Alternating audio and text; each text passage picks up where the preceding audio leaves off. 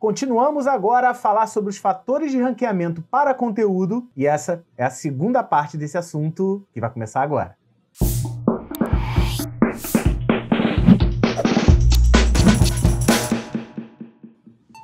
Olá, tudo bem com você? Seja muito bem-vindo, muito bem-vinda a mais uma aula aqui do seu curso de SEO com aplicação em WordPress totalmente patrocinado pela Hostnet. O meu nome é Gustavo Guanabara. Meu nome é Ramiro Lobo. Ramiro, tu ficou me devendo um negócio da aula passada, só tô de olho em tu, hein?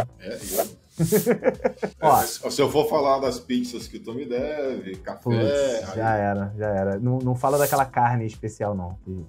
Já não tô devendo mais, na verdade. Na verdade é o seguinte, a gente tá...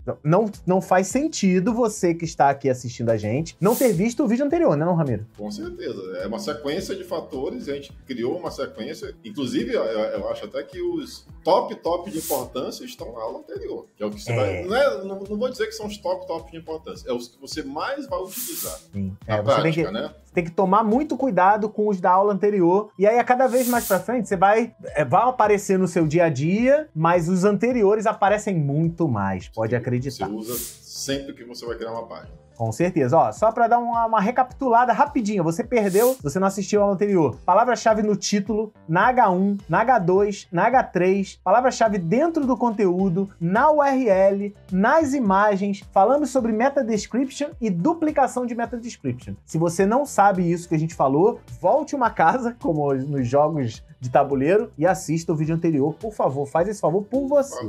Então, vamos lá para a primeira, né? O primeiro fator de conteúdo, que era a sua dúvida da aula passada. Exatamente. Que eu sei que você já usou muito no passado, essa técnica que mudou. Não usei muito não, mas eu já conheço uma galera que usava mais.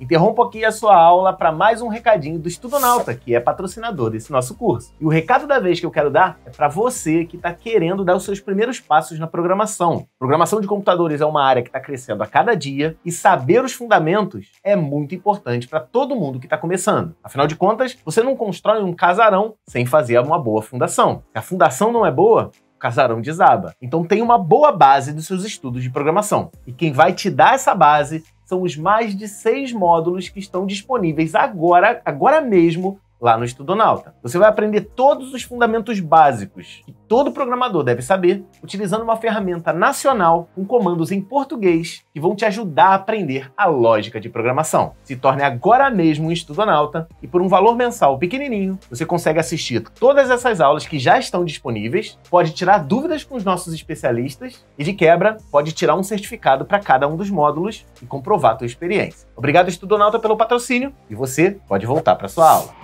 Então vamos lá, fatores do conteúdo, parte 2. Não perca a parte 1. E na aula passada eu falei com o Ramiro, falei, Ramiro, tinha muita gente que fazia repetição de palavra-chave, isso é um fator de criação, dentro do conteúdo. E funcionava no passado. Exatamente. Pegava lá, eu quero falar sobre o WordPress. Aí eu pegava e escrevia WordPress 200 mil vezes no meu post, e aí fazia com que o ranqueamento ficasse melhor. Hoje em dia isso ainda é verdade, Ramiro? Pior que você pegou uma palavra, que o WordPress, eu não sei se tem sinônimo para ele, né? Não sei se o Google considera construtor de site, construtor de site, poderoso construtor, gerenciador de conteúdo, dá para gerar vários sinônimos. Quando a gente falou lá nas primeiras aulas sobre a história do Google, da evolução do, né? Aí teve uma dessas evoluções que o Google conseguiu implementar uma característica que é a aplicação de sinônimo. Ele reconhece o sinônimo. Antes era muito importante que você repetisse a palavra, porque ele não tinha, né? O algoritmo não tinha essa inteligência. Ele não conseguia reconhecer sinônimo. Hoje ele reconhece e aí o Google prefere que você tenha um texto mais natural. Qual é o texto mais natural? Quando você vai escrever, você aprendeu isso na aula de redação, né? Que o professor pedia. Não repete palavra, usa um sinônimo para o texto ficar mais bonito. Senão fica chato, né? Porque você fica Então hoje o Google prefere que você utilize sinônimo. Lógico. Se é lá no título, lá no título do navegador, se é no H1, na URL, a gente sempre vai usar a palavra-chave principal. Mas no conteúdo, a gente vai fazer o possível para usar os sinônimos, caso a palavra exista, né? Tenha sinônimo para ela. Beleza. Aí eu vou ler aqui o que está nos slides, né, para a gente dar continuidade. No lugar da densidade de palavras-chave, né, que é repetir palavra-chave várias vezes, o Google adotou um novo modelo de cálculo para medir a relevância dos termos em uma página. O novo modelo de indexação considera sinônimos, como o Ramiro acabou de dizer, variações, co-ocorrências e termos relacionados à palavra-chave para entender os sentidos do texto. Então, quando ele está falando aí co-ocorrências, termos relacionados, pode ser que, como você falou, né, do WordPress, que construtor de site, né, que CMS, provavelmente o Google já entende isso também. Sim, sim. E termos relacionados é falar sobre, talvez, outros construtores de site também, não sei. É falar sobre Joomla, falar sobre... Ele sabe que Joomla tem alguma relação com o WordPress. E aí ele, sei lá, uma pessoa que está procurando sobre a relação entre esses dois, o teu conteúdo pode ser um dos oferecidos, né? Continuando aqui. Assim, você pode trabalhar naturalmente com termos relacionados, sinônimos e variações no seu texto, sem forçar a correspondência exata de palavra-chave. Então, para de repetir. O texto fica mais bonito, né, Guanabara? Sim. Vamos passar a escrever para pessoas. Isso é muito importante, tá? Na verdade, a gente nunca deveria ter parado de escrever para pessoas, né? Mas muita gente aí... Mas a gente parou porque o Google não estava no início tão preparado para isso. Então, as pessoas entendiam, todo mundo quer audiência. Para ter audiência, tem que estar na primeira página do Google. Para estar na primeira página do Google, o Google considera isso, isso, isso. Então, as pessoas aplicavam. Só que, às vezes, aplicavam em demasia, como eu te falei, e prejudicavam quem? O mais importante para a gente, que é o usuário, o cliente. O leitor, quem vai consumir, quem vai comprar as coisas, né? Então, repetição, considero minha dúvida respondida, a dúvida da aula passada. Muito obrigado. Agora, nós vamos parar de falar um pouco sobre os fatores da categoria criação e vamos começar a falar sobre os fatores da categoria planejamento, né, Ramiro? Vamos lá. Primeira coisa que a gente falou aqui, outro fator de conteúdo é especialidade, autoridade e confiabilidade, ou EAT. Ele é um fator, como eu disse, de planejamento. Vou explicar aqui o que é EAT. EAT é uma sigla apresentada no documento de Quality Rater Guidelines que o Google usa para sintetizar os principais fatores de avaliação de um conteúdo. Se eu te falar que eu não entendi nada disso, você acredita em mim, amigo? Então vamos continuar para ver o que ele explica. Se tem uma explicação mais humana. O Google considera a especialidade, a autoridade e a confiabilidade do autor do conteúdo quando os assuntos são relacionados às áreas médica, jurídica e financeira, que não podem colocar as pessoas em risco. Entendi. O problema é que, às vezes, quando é um artigo técnico dentro dessas áreas, principalmente a área médica, o Google tem essa preocupação, né, de ter uma forma de identificar o autor e se ele realmente é um especialista. Porque senão eu posso chegar no meu blog e escrever alguma coisa, falar, não, para você se curar de Covid, sei lá. Toma chá de boldo. Chá de boldo. E alguém que acredita em mim, eu não sou médico, e vai lá e acha que vai se curar tomando chá de boldo, deixa de procurar um especialista. Então, Entendi. São conteúdos que mais sensíveis, que podem te causar algum tipo de prejuízo. Então, área médica é um, né? Sim. Área jurídica, né? Você vai lá, eu resolvo escrever lá um artigo sobre pensão alimentícia. Eu não sei nada sobre isso, não sou advogado. Aí eu falo um monte de besteira e o cara tá separando, vai lá ver e acredita. Não é isso, né? Ele quer que esse tipo de conteúdo seja escrito realmente. O que for da área médica por médicos, o que for da área jurídica por advogados, o que for da área financeira por Pode gente da área falir uma financeira. Pessoa, né? Exatamente. Então são esses cuidados. Eu não sei exatamente como funciona essa EAT, mas o Google afirma que ele tem forma de identificar. Talvez, se você for médico e estiver escrevendo, né, você procurar a documentação, se informar de alguma forma como você colocar essa identificação no teu conteúdo para que o Google te reconheça. Entendi. Porque senão ele vai olhar para o teu conteúdo e vai ver isso aqui é da área de saúde. Se ele não te reconhecer como médico, não sei se tem especialidade, talvez ele não indexe o teu conteúdo. É por isso que a gente colocou isso aqui. Então, se você estiver trabalhando em uma dessas áreas, se informa, procura aí por essa sigla EAT, ou procura pelo termo ali, Quality Rater Guidelines. O Google deve ter uma documentação e deve explicar como você vai fazer essa identificação. Eu não pesquisei porque eu sei que é um número menor de pessoas que vão ter interesse sobre esse conteúdo. É um nicho muito pequeno. Mas eu achei importante trazer para que você saiba que tem áreas específicas que o Google precisa desse reconhecimento aí em relação à autoridade e à confiabilidade do autor. Maneiro. É um nicho pequeno, mas muito importante, que fique bem claro. Não tem porque às vezes de forma alguma. O aluno que está assistindo a aula aqui, ele está trabalhando num site ou num blog que é de um médico, que é da área jurídica, que é da área financeira. Ele tem que ter essa preocupação de entender o que é isso aqui. Tem que ver o que você tem que fazer para ser considerado pelo Google um conteúdo de qualidade na área. que está sendo construída por um médico, por um jurista ou por um especialista financeiro. Muito bom, muito bom. Próximo fator de conteúdo aqui é a profundidade do conteúdo. Mais uma vez, um fator de planejamento, que diz o seguinte, ó: se o conteúdo é profundo e cobre vários pontos de vista, tende a conquistar melhores posições. O que é como que se caracteriza a profundidade de um conteúdo, Ramiro? Às vezes você vai escrever um artigo e você quer fazer algo muito breve, né? Aham, superficial. Às vezes não é nem superficial. Às vezes aquele conteúdo ele é breve mesmo porque faz sentido. Por exemplo, eu vou te ensinar a como configurar o FTP para você fazer envio de arquivos para o teu site. Muito específico, né? Tutorial pequenininho. Agora, se eu for te explicar o protocolo FTP, como funciona, como foi criado, para que serve, como é que você configura isso no servidor, como você configura isso no teu computador. Se eu escrever um artigo completo, por exemplo, um aluno de faculdade, que esteja, por exemplo, estudando sobre redes, eu vou escrever um artigo para esse público, eu vou me aprofundar no assunto e eu vou ter um artigo completo explicando o protocolo, o funcionamento, a configuração, tudo que é necessário. Eu vou ter um artigo profundo. Mas eu posso ter um tutorialzinho explicando para o cara que só quer, eu quero configurar o programa tal de FTP. Vou ter lá 3, 4 parágrafos dizendo para ele, passo 1, passo 2, passo 3, acabou. Aí é um artigo de baixíssima profundidade. Entendi. Aí quanto mais profundidade, segundo esse fator aí, quanto mais profundidade, maior é a tendência de conseguir melhores posições de uma maneira simples, né? Dá para raciocinar em relação a isso. Se eu digo que eu vou te ensinar como configurar o FTP e faço só isso, eu atendo só quem pesquisa como configurar o FTP. Agora, se alguém procura por FTP... Exatamente. Como funciona o FTP? Que aí é o termo mais genérico, né, e mais concorrido. Aí quem tiver os melhores artigos, os artigos mais profundos, mais bem escritos, é que vão se beneficiar. Quem escreve mais profundo atende mais possibilidades, atende mais leitores. Atendendo mais leitores, amiguinho do Google. Então, né, vai ser beneficiado com isso. Amigo do Google ganha um coraçãozinho. Exatamente, ganha uma estrelinha na testa. O próximo aqui, fator de conteúdo, é comprimento do conteúdo. Comprimento no sentido de extenso, né? É diferente de profundo. Sim. É importante dizer aqui. Então vamos lá. A correlação entre o número de palavras e a posição na SERP. Conteúdos longos costumam ser mais aprofundados, aí agora já ligou com o anterior, e normalmente oferecem mais valor ao leitor. Por isso, tendem a ocupar as melhores posições. Mas isso não é uma regra. A qualidade do conteúdo também conta bastante. É porque eu já vi muito, principalmente quem trabalha com blog, né?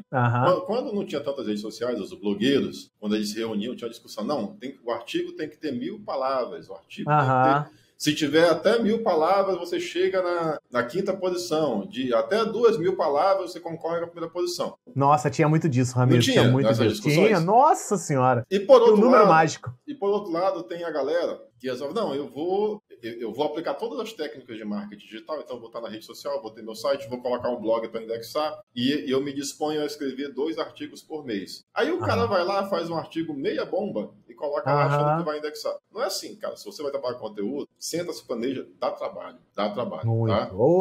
Pra você se diferenciar. E aí, é aquela questão de que realmente quando você se aprofunda muito no assunto, você vai ter um conteúdo com comprimento, né, com um número de palavras muito maior. É normal. Quanto mais você aprofundar, né, mais conteúdo você vai ter. Mas também não significa que, então o conteúdo grande ganha. Então eu vou começar em bromation, vou começar a gerar conteúdo enrolando. O bromation até o Google hoje percebe. E outra coisa, Guanabara, quando é que eu sei se eu devo escrever um conteúdo longo, um conteúdo médio, um conteúdo curto? Não é o Google que vai me dizer isso, é o meu público. O meu público lê conteúdo longo? Não. Se o meu público não lê, eu estou trabalhando com a galera jovem que gosta de conteúdo muito curto, não adianta eu colocar um conteúdo muito longo, porque a galera vai, caraca, isso aqui é um livro, e o cara vai embora, vai procurar outro. Então, mais importante do que o Google, para você pensar no comprimento do conteúdo, é você entender o teu público. O que é que teu público espera? Ele espera um conteúdo longo, né? Ou ele espera um conteúdo curto? Por exemplo, se você pegar outros canais de tecnologia, tem muito canal que é focado em tutorial. Faz daqui, segue. Se você pegar os conteúdos do Guanabara, são playlists longas. É um público que está acostumado, que está ali para aprender de verdade. É diferente, mas é o público dele. O público que ele formou é isso.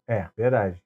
Por outro lado também, Ramiro, reduzir o conteúdo ao mínimo possível só para atender o seu público pode fazer com que você não alcance novos públicos. Sim, concorda? Sim, também. tem que ser uma coisa bem pensada. Eu acho que... E outra coisa, Guanabara, você é um especialista em alguma área. Às vezes tem conteúdo que eles merecem ser longos, que são conteúdos mais delicados. Por exemplo, se eu fosse escrever hoje um artigo, que inclusive o pessoal pede muito, de como precificar o serviço de criação de site, eu teria que escrever um artigo muito longo, porque não é simples como as pessoas pensam. Tem muitos fatores envolvidos em relação a isso. Então, é um artigo que, independente se meu público está acostumado a ler artigos curtos ou não, é um artigo que eles leriam, porque tem um interesse muito grande e o artigo pede que seja longo. Agora, se eu vou escrever um artigo, por exemplo, de um plugin novo, fácil de configurar, que eu acabei de achar e é muito útil, às vezes não cabe nem o artigo. Às vezes é melhor fazer um post no Instagram, porque eu consigo colocar ali 3, 4 imagens e eu tenho todo o conteúdo entregue. Verdade. Então, tudo depende do conteúdo que você vai oferecer. Verdade, verdade. Quer ver um negócio que a gente fez um tempo no blog da Hostnet e funcionou muito bem?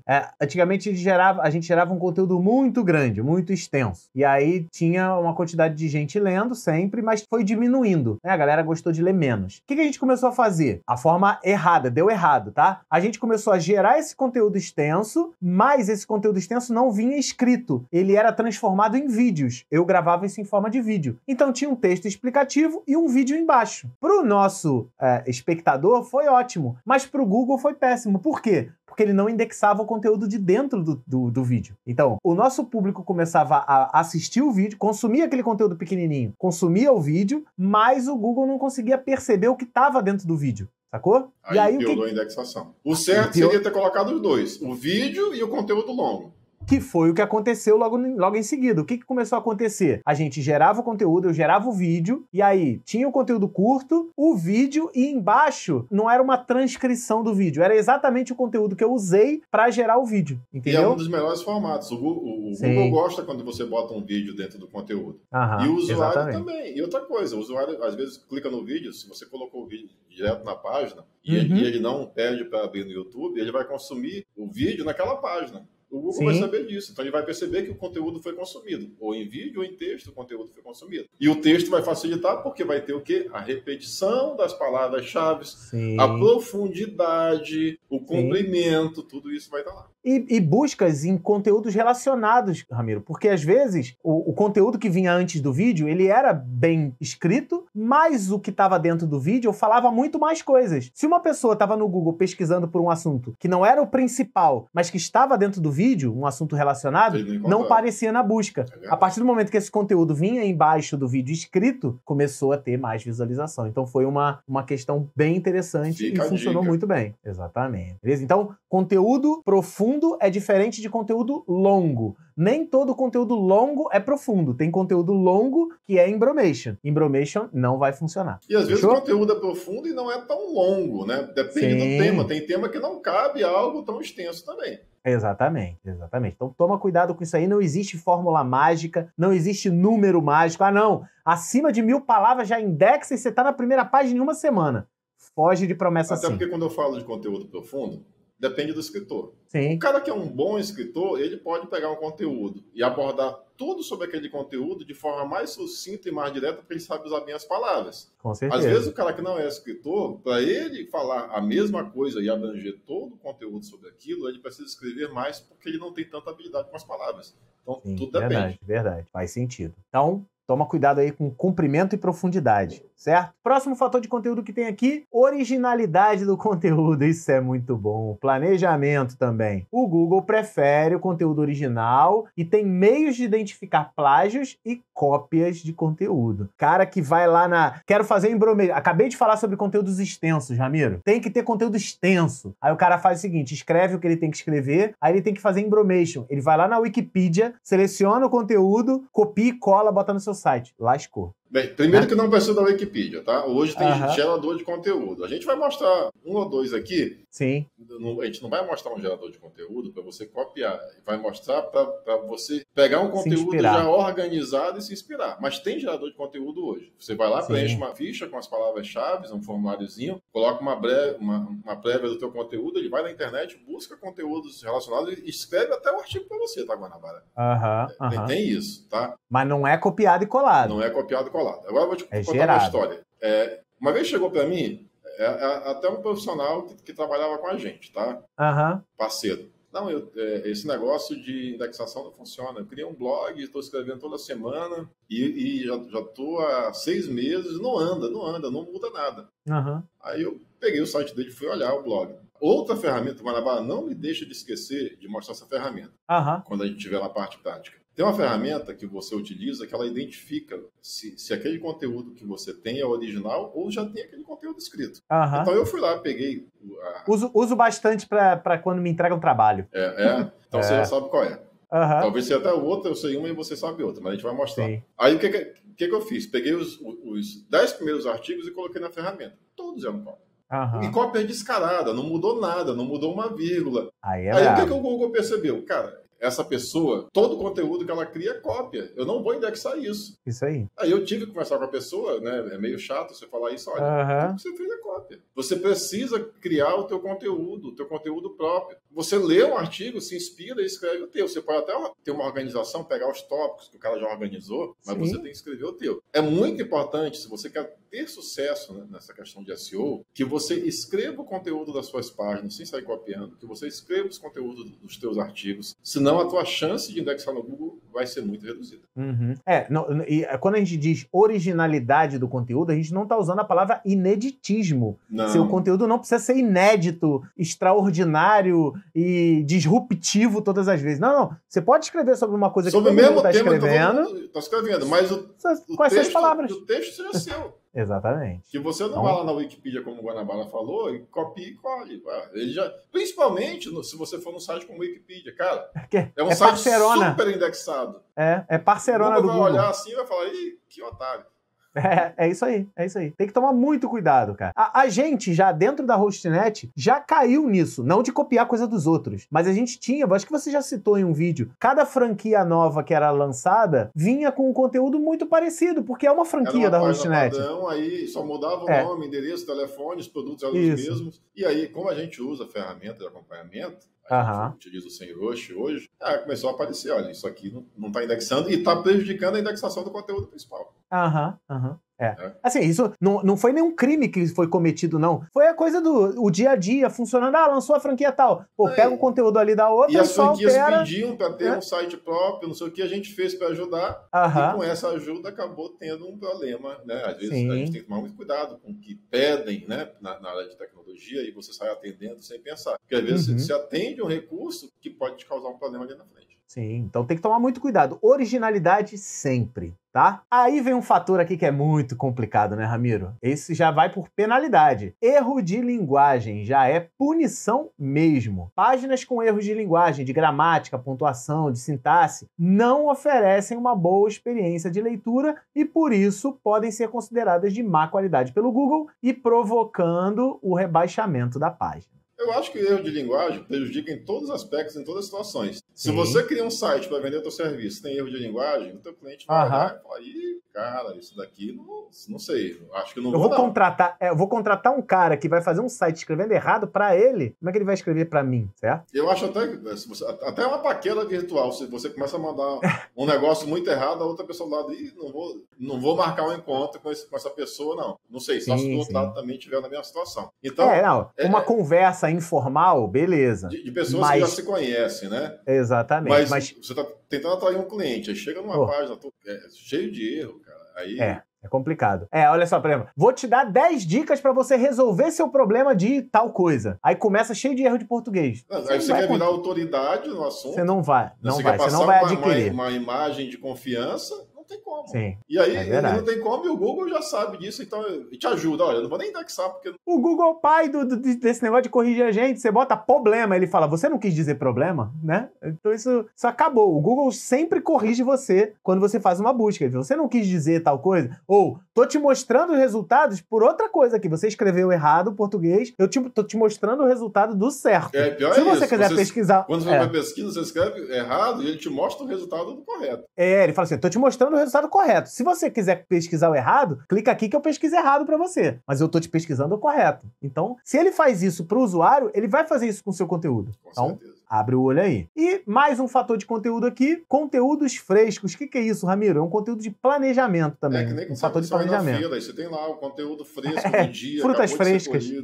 Então, olha só, em algumas situações, as buscas exigem conteúdos mais recentes, como uma pesquisa sobre um melhor smartphone do mercado ou as últimas notícias sobre uma pandemia. Nesses casos, o Google prioriza páginas que tenham conteúdos mais atualizados em detrimento de outros critérios. Às vezes o Google quer um conteúdo mais antigo, mas depende do tema, né? Não faz sentido, se a gente está falando aí, por exemplo, da pandemia, que o conteúdo seja antigo. A gente quer saber a situação atual. Sim. Não faz sentido, como foi citado aí, qual o melhor smartphone? Qual é o melhor smartphone de hoje? Você não vai querer o melhor smartphone de 2015. Mas tem algumas coisas que o Google tem essa percepção, que não mudam tanto, e ele vai dar privilégio para aquele conteúdo mais antigo.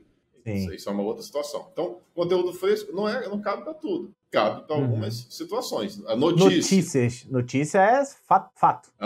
Você não vai sentar na frente do computador para ver a notícia de 2010, né? O que estava acontecendo em 2010. Não faz sentido para você. Sim. Quando você busca por notícia no Google, você consegue até selecionar lá em cima se você quer da última hora, da último dia, da última semana, do último mês, para ir filtrando cada vez mais por proximidade de data. Isso é verdade. Mas aí, se você está escrevendo um artigo técnico, provavelmente ele não vai cair nessa questão dos conteúdos frescos. Tá? Não vai. É verdade. Ó, tem mais uma frase aqui, Ramiro. Para ter um conteúdo fresco, você não precisa ter publicado a página recentemente, mas pode simplesmente ter feito atualizações relevantes nas suas páginas antigas. Isso é uma dica bem legal, hein? Eu já vi muita gente, algum tempo atrás, que o pessoal foi saindo um pouco mais de blog. Não sei porquê, porque ainda dá muito resultado.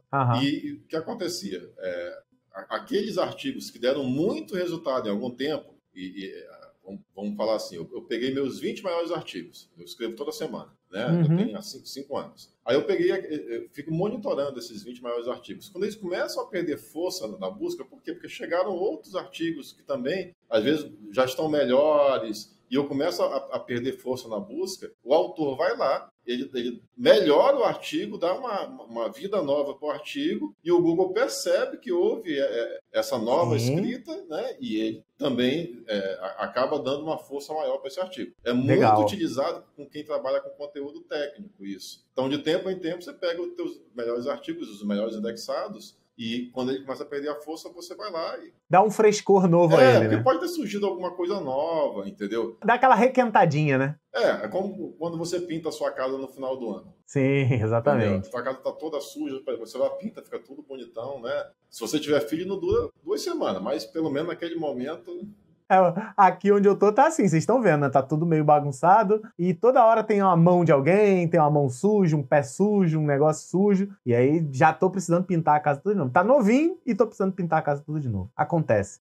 Acontece assim também com o seu conteúdo, beleza? Tem mais um aqui então, ó. Isso aqui, nossa, isso aqui pega no meu pé. Frequência de atualizações, também um fator de planejamento. Se o Google identificar que as atualizações da página são frequentes, ele passa a fazer o rastreamento dessa página mais vezes e tende a exibir esse conteúdo na frente dos outros conteúdos desatualizados. A frequência das atualizações não é só para blog, não, né? Hoje, a rede social funciona só com isso. Se você tem uma rede social e você não publica, você perde a força, tá? Exatamente. Então, só tomar cuidado quando você está falando de site, loja virtual, quando você coloca frequência de atualizações, um site institucional não tem muito como fazer isso, né? A não ser que tenha um blog vinculado ali. A loja, a não ser que cheguem produtos novos, mas tem lojas, por exemplo, que elas trabalham com coleção, tem 3, 4 coleções por ano. Então, chegou aquela coleção ali, só vai atualizar aquilo daqui a 3, 4 meses, né? Não é uma coisa que você tem que se preocupar, porque depende muito do seu nicho. Sim. Agora, se você é um criador de conteúdo, se você escreve artigos sempre,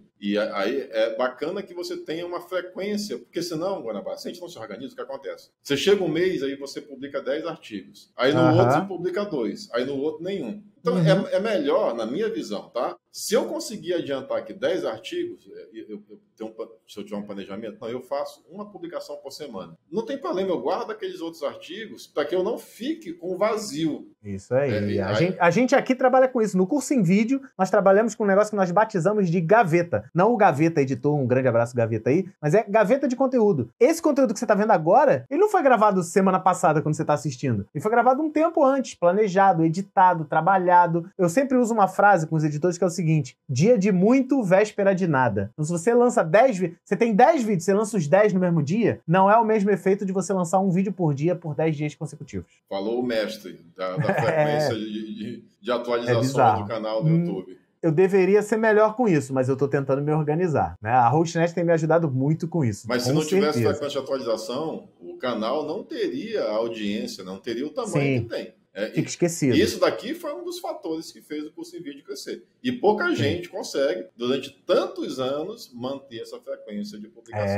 A gente está desde 2013 lançando semanalmente, quase nunca falhou. E, com certeza, no momento em que a gente está gravando esse vídeo, nós estamos no melhor momento do canal, onde tem aula de segunda a sexta saindo. Vídeo todo dia da semana. E isso tem melhorado bastante. Isso é relato próprio. Tem melhorado bastante a audiência do site. Bastante mesmo. Mas, e aí tem mais uma frase. Só finalizando, não cabe para todo nicho. Tem um porém aqui, ó. Olha só, rapidinho. Depois, não sei se é isso que você vai falar agora, ó. Mas a frequência de atualização por si só não é um fator de ranqueamento, segundo o próprio Google. Não é fator de ranqueamento, mas é um fator muito importante. Não é porque você publica 50 posts por semana que o seu blog vai ganhar mais uma vantagem no ranqueamento. Então, assim, eu acho que conta, de uma certa forma, o Google perceber e ele realmente... Ele volta mais vezes, né? Quando ele percebe que você publica bastante, ele não fica voltando uma vez por semana, ele volta todo dia, não é isso? Sim. Amigo? E eu acredito, Guanabara, que o Google hoje, a gente não tem como saber, ele funciona um pouco também como as redes sociais. Quando você publica um conteúdo novo, quando você já está bem indexado dos outros conteúdos, eu acho que ele testa aquele conteúdo também, para saber se aquele conteúdo vai ter uma boa resposta ou não. Eu acho, né? Sim. Então, se você tem aquela frequência certinha ali, o Google está sempre pegando seu conteúdo, testando. Às vezes ele rebaixa, às vezes ele sobe. Mas eu acho que conteúdo tanto faz.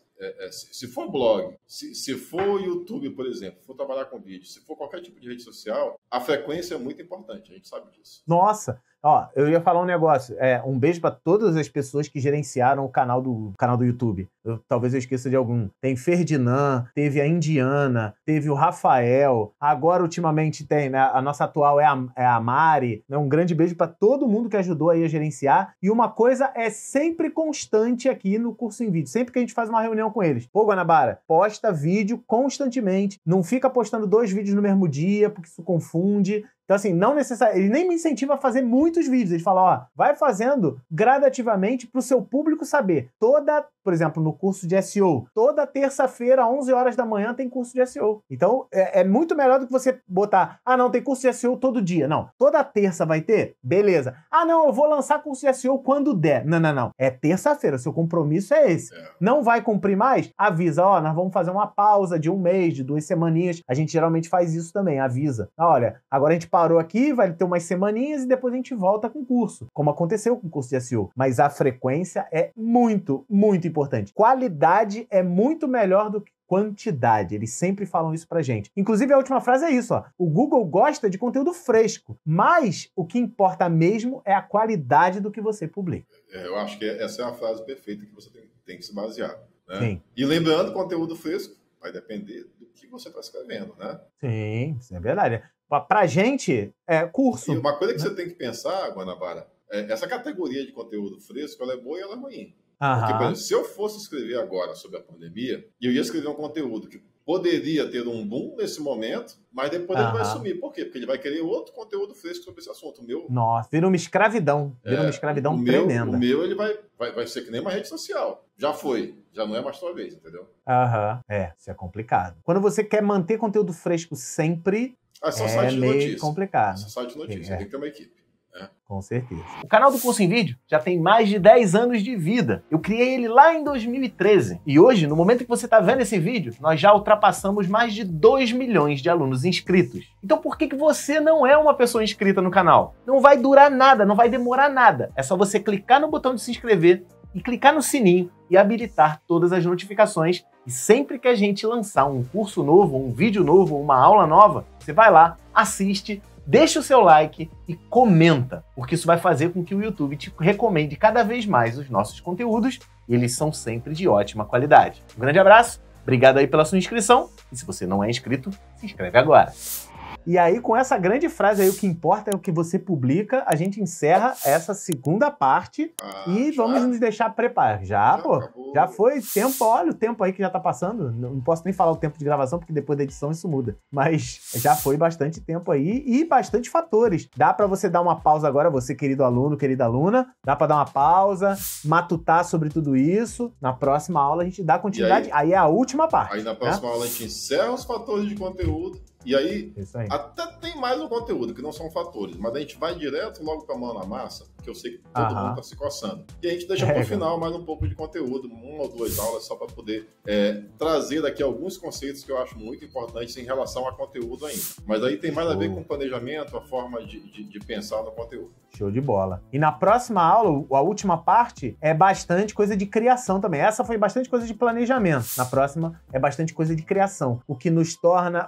Quando é de criação, vira muito mão na massa imediato, todo dia, dia a dia, né? A criação é muito do dia a dia. A gente volta na próxima aula aí com mais esses fatores. Ó, já vou te adiantar aqui. Na próxima aula tem 1, 2, 3, 4, 5, 6, 7 fatores de conteúdo aí, novinhos em folha, para se juntar a todos esses que a gente viu na aula passada e nessa aqui de agora. Você não vai perder. Não vai. Já pode botar aí seu alerta. Semana que vem, no mesmo dia, no mesmo horário, vai ter uma aula nova aí de SEO. E se você é nosso apoiador, provavelmente essa aula já está disponível. Se não tiver, vai estar antes de todo mundo. A gente garante. Beleza? Valeu então, galera. Um grande abraço. Até a próxima. Valeu, Ramiro. Obrigadão aí por mais esse compartilhamento maravilhoso de conteúdo aí. E a gente se vê na próxima. Tchau, tchau.